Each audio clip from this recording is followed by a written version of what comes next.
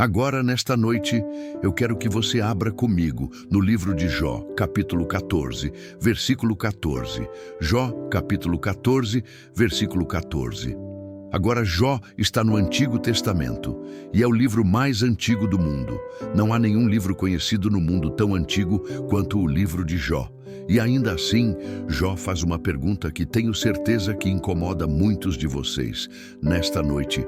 Ele faz uma pergunta com a qual todo grande filósofo já lutou. Ele faz uma pergunta com a qual todo grande pensador e intelectual em algum momento se depara.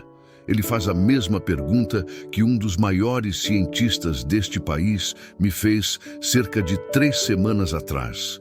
Ele disse que a ciência não sabe nada sobre isso, mas ele disse: "Isso me incomoda e me preocupa." Aqui está a pergunta: se o homem morrer, tornará a viver? Se o homem morrer, tornará a viver o problema da morte e da vida, ou da vida e da morte? Você nunca pensou sobre isso. Você já foi a um funeral.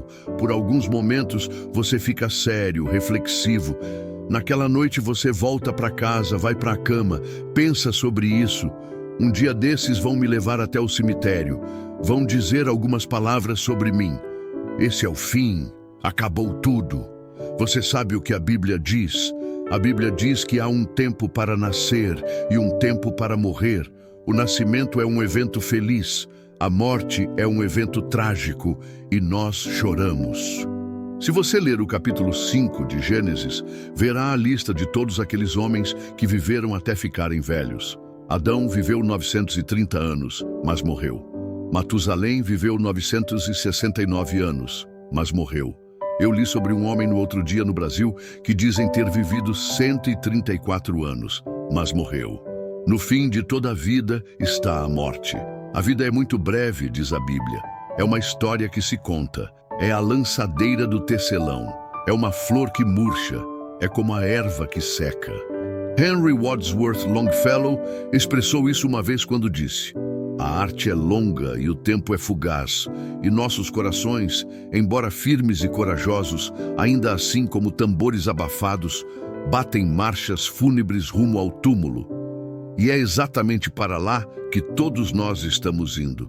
Está ordenado ao homem morrer uma só vez. Tu morrerás e não viverás. Você está pronto para se encontrar com Deus? Porque a Bíblia diz que está ordenado ao homem morrer uma só vez, vindo depois disso o juízo. Existe algo depois da morte, de acordo com este livro. Agora, mais uma vez, eu digo, não posso te levar a um laboratório científico e provar isso para você. Mas este livro ensina, de Gênesis a Apocalipse, que esta vida é apenas uma sala de preparação para a eternidade, a outra vida. O Antigo Testamento ensina isso, o Novo Testamento ensina isso, Jesus ensinou isso, os apóstolos ensinaram isso. Se o homem morrer, tornará a viver. Essa é a pergunta que Jó fez. Essa é a pergunta que milhões estão fazendo nesta noite.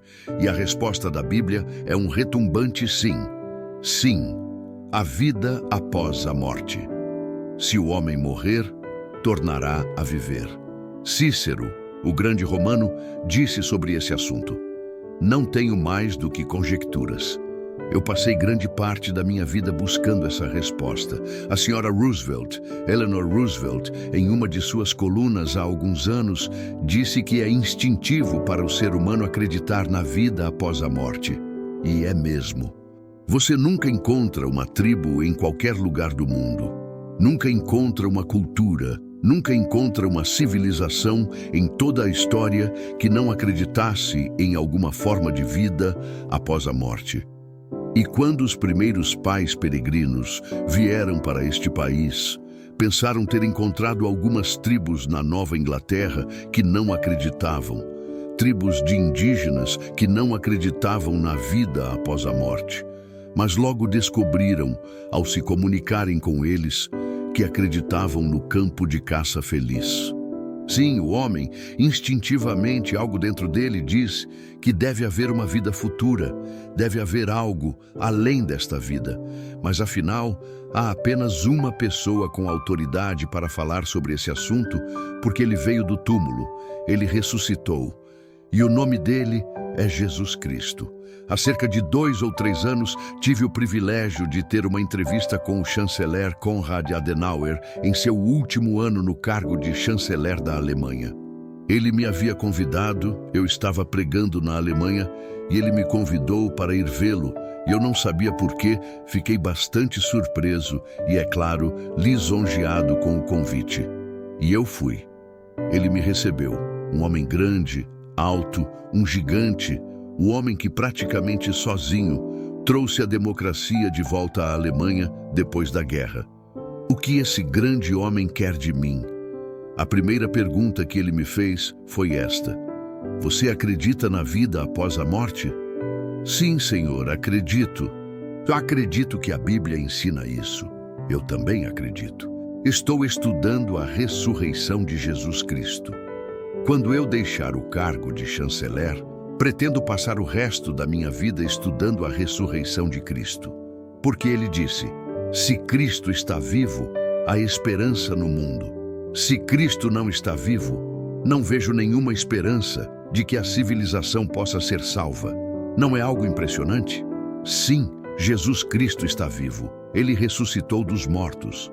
E naquele dia, naquela manhã de domingo de Páscoa, naquela primeira Páscoa, quando Maria e Maria Madalena e Salomé foram ao túmulo, esperando ungir um corpo morto, viram um anjo sentado ali e disseram: onde está Jesus? Ele não está aqui, ele ressuscitou. Eu te digo nesta noite que essa é a maior notícia que o mundo já ouviu. Ele não está aqui, ele conquistou o túmulo, ele está vivo. E senhoras e senhores, eu acredito que há mais provas de que Jesus Cristo ressuscitou dos mortos do que quase qualquer outro fato da história romana. Eu não acredito que exista um fato na história antiga tão bem comprovado quanto a ressurreição de Jesus Cristo. Mas mesmo que não houvesse nenhuma prova histórica, nenhuma prova científica, e elas existem, eu ainda assim acreditaria, porque acredito que este livro é a palavra inspirada de Deus. E toda a igreja primitiva andava por toda parte pregando a ressurreição de Jesus Cristo. Foi isso que abalou o Império Romano, que um homem havia ressuscitado dos mortos, que ele estava vivo, que a morte não pôde detê-lo. Cristo está vivo. Ele é um Salvador vivo. E mesmo assim, muitos de seus seguidores e cristãos vivem e agem como se ele estivesse morto. Ele não está morto. Ele está vivo. E a Bíblia diz que em um determinado momento, com um sinal determinado, ele voltará a esta terra para estabelecer o seu reino. E que reino será esse? Será um mundo em que não haverá lágrimas, nem tristeza, nem morte. Não haverá sofrimento, não haverá guerra, não haverá forças policiais, não haverá exércitos. Será um mundo glorioso governado por uma única pessoa. O Senhor Jesus Cristo, ele está vivo. Eu entreguei minha vida não a um Cristo morto, mas a um Cristo vivo. E estou seguindo um Salvador vivo. E ele me deu uma canção para cantar. Ele me deu uma bandeira para seguir. Ele me deu algo em que acreditar. Eu tenho uma razão para existir. Eu sei de onde vim. Eu sei porque estou aqui. Eu sei para onde estou indo. E você? Deus disse a Ezequias: ponha a sua casa em ordem. Você vai morrer. Agora você e eu vamos morrer. Porque veja, a Bíblia ensina que você e eu temos um corpo, mas vivendo dentro do nosso corpo está o verdadeiro você. Você é uma pessoa real e essa é a parte de você que vive para sempre. Seu corpo vai para o túmulo, mas você, o verdadeiro você, sua inteligência, sua memória, sua personalidade vai viver para sempre e sempre. De acordo com a Bíblia, você nunca morrerá. E você vai passar 1 milhão de anos, 1 bilhão de anos em um de 2 lugares, segundo Jesus. Não segundo Billy Graham, mas segundo Jesus. Jesus falou muito sobre o céu, mas falou 3 vezes mais sobre o inferno do que falou sobre o céu. Os outros escritores da Bíblia não falam muito sobre o inferno, mas Jesus falava sobre ele o tempo todo no Sermão do Monte. Já ouvi caras dizendo: eu não acredito no inferno, eu vivo pelo Sermão do Monte. Bem, você nunca leu o Sermão do Monte. Jesus falou sobre isso. Agora, o que ele quis dizer com isso? Ele disse: o Filho do Homem enviará os seus anjos, e eles colherão do seu reino tudo o que causa escândalo, e os que praticam a iniquidade, e os lançarão na fornalha de fogo. Ali haverá choro e ranger de dentes. O que ele quis dizer com isso? Mateus 25:41. Então dirá também aos que estiverem à sua esquerda: apartai-vos de mim, malditos, para o fogo eterno preparado para o diabo e seus anjos. O que ele quis dizer com isso? Ele está dizendo que o inferno nunca foi feito para o homem. Ele está dizendo que Deus nunca mandará ninguém para o inferno. Se o homem vai para o inferno, ele vai por sua própria escolha. O inferno foi criado para o diabo e seus anjos. Não para o homem. Deus nunca quis que o homem fosse para lá. E Deus fez tudo ao seu alcance para te manter fora de lá. Ele até deu seu filho para morrer naquela cruz para te manter fora de lá. Porque veja, quando Deus te criou, Ele te fez um ser moral, livre. Você pode viver o tipo de vida que quiser. Você pode viver uma vida boa, pode viver uma vida má. Você pode quebrar as leis de Deus, pode obedecê-las. Você pode sacudir o punho na face de Deus, e não há nada que Deus possa fazer, porque ao te criar, Ele te deu o dom da livre escolha. Você não é um robô em que se aperta um botão e você obedece.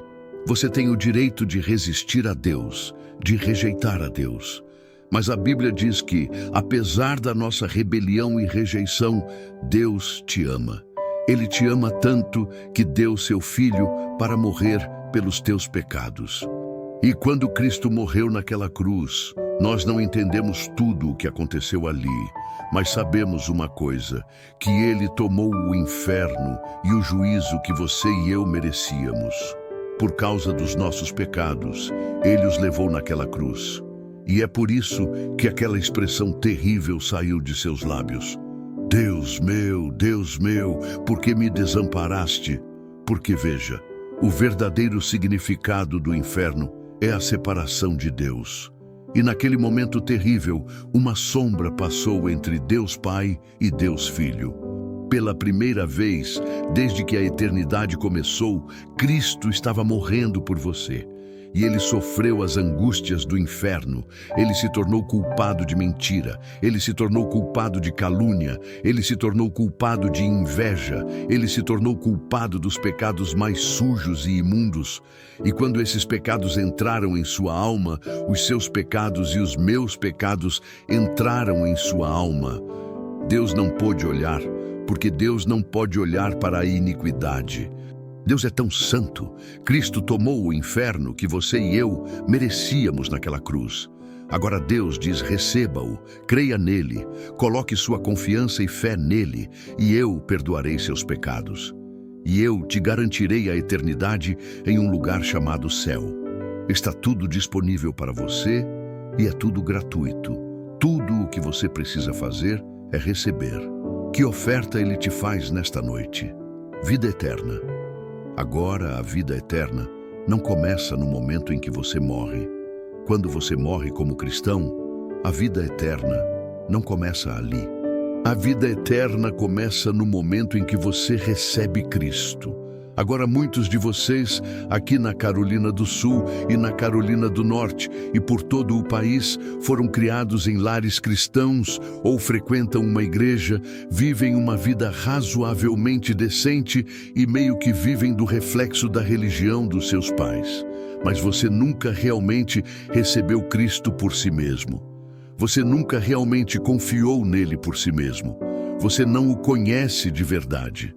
Você não tem certeza se está realmente pronto para se encontrar com Deus. E a Bíblia diz: prepara-te para te encontrares com o teu Deus. Você está preparado? Você tem certeza de que está preparado? Veja, a Bíblia diz: estas coisas vos escrevi a vós que credes no nome do Filho de Deus, para que saibais que tendes a vida eterna. Eu posso estar aqui esta noite sem ser egocêntrico, sem ser presunçoso. Posso estar aqui esta noite e dizer a você, com base na autoridade deste livro: eu sei que meus pecados estão perdoados. Eu sei que vou para o céu. Eu sei que vou viver enquanto Deus viver, porque no momento em que recebi Cristo, me tornei participante da própria vida de Deus. Agora, eu vou viver 1 bilhão de anos e terei apenas começado. Eu sei disso não por causa de qualquer bondade minha. Eu não vou para o céu porque vivi uma vida boa. Eu não vou para o céu porque preguei para grandes multidões. Eu vou para o céu por causa do que Cristo fez naquela cruz. Porque pela graça sois salvos mediante a fé, e isso não vem de vós, é dom de Deus, não vem das obras para que ninguém se glorie. Nós não vamos para o céu porque somos bons. Nós não vamos para o céu porque trabalhamos. Nós não vamos para o céu porque pagamos. Nós vamos para o céu por causa do que Ele fez na cruz, e tudo o que eu tenho que fazer é receber. E é tão simples receber Cristo que milhões tropeçam em sua própria simplicidade. Veja, Deus tornou tudo tão simples que até crianças podem crer. Ele tornou tudo tão simples e tão fácil que um cego, um surdo, um mudo podem crer. Um homem de qualquer raça pode crer. Um homem de qualquer nacionalidade, de qualquer idioma pode crer. E isso é tudo o que Deus diz que você precisa fazer para ir ao céu, apenas crer. Agora, essa palavra crer é um pouco mais profunda do que talvez você pense. Ela significa compromisso, significa entrega, significa que eu entrego tudo o que tenho a Jesus Cristo e confio somente nele para o meu perdão e a minha salvação. Significa que no momento em que você o recebe, seu nome é escrito no livro da vida. O seu nome está no livro da vida? Você tem certeza de que vai para o céu? Você está preparado para se encontrar com Deus? Se houver a menor dúvida no seu coração, está a noite de que você está preparado para se encontrar. Deus, não ouse sair daqui sem resolver isso. Por quê? Porque você pode nunca mais ter outra hora ou outro momento como este. Você não pode vir a Cristo quando quiser. A Bíblia diz: aquele que endurece o coração, sendo muitas vezes repreendido, será quebrantado de repente sem que haja. Em cura, milhares de pessoas oraram por esta cruzada. O Espírito de Deus trouxe você aqui. Centenas de pessoas já vieram a Cristo nesta cruzada. O caminho está preparado. O seu coração está preparado. O Espírito de Deus está falando esta noite. Esta é a hora, este é o momento, e talvez você nunca mais tenha um momento como este novamente. Eu vou pedir que você entregue sua vida a Cristo para ter certeza de que o seu nome está escrito no livro da vida. Para ter certeza de que você vai para o céu e para receber esta noite a vida eterna. E aqui está como vamos fazer isso. Eu vou pedir que você se levante do seu lugar agora. Centenas de vocês, levantem-se agora e venham aqui à frente deste palco, em pé, silenciosamente e com reverência. Eu vou pedir que ninguém deixe o culto. Por favor, levante-se do seu lugar. Homens, mulheres, jovens, você pode ser membro de uma igreja, pode ser um diácono, pode cantar no coral. Levante-se e venha aqui para frente. É só isso. Mas é muito importante que você venha e faça essa declaração pública. Jesus disse: se você não estiver disposto a me reconhecer diante dos homens, eu também não o reconhecerei diante do meu Pai que está no céu. Levante-se e venha agora. Há algo em vir à frente que sela a decisão no seu coração. Levante-se e venha depressa. E eu vou pedir que todos estejam em oração. Inclinem suas cabeças e orem.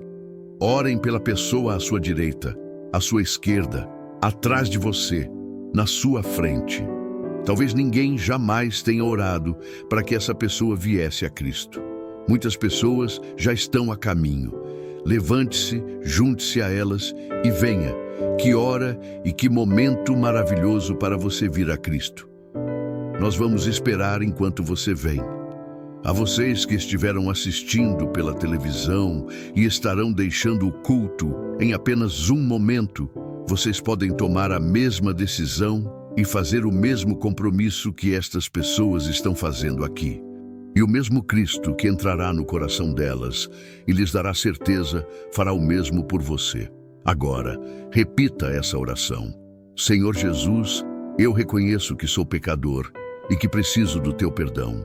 Creio que morreste na cruz pelos meus pecados e ressuscitaste ao terceiro dia para me dar vida eterna. Hoje eu abro o meu coração e te recebo como meu Senhor e Salvador. Perdoa os meus pecados, transforma a minha vida e guia os meus passos a partir de agora. Eu entrego a ti a minha vida, o meu lar e o meu futuro. Quero viver contigo e para ti todos os dias. Em teu nome eu oro, Jesus. Amém. Se você fez essa oração com sinceridade, saiba que hoje mesmo você se tornou filho de Deus. A Bíblia diz que há festa no céu por um pecador que se arrepende. Agora, comece a caminhar com Cristo. Leia a palavra de Deus todos os dias. Ore, busque uma igreja onde a Bíblia é pregada e compartilhe essa decisão com alguém. Lembre-se, em Cristo você é mais do que vencedor.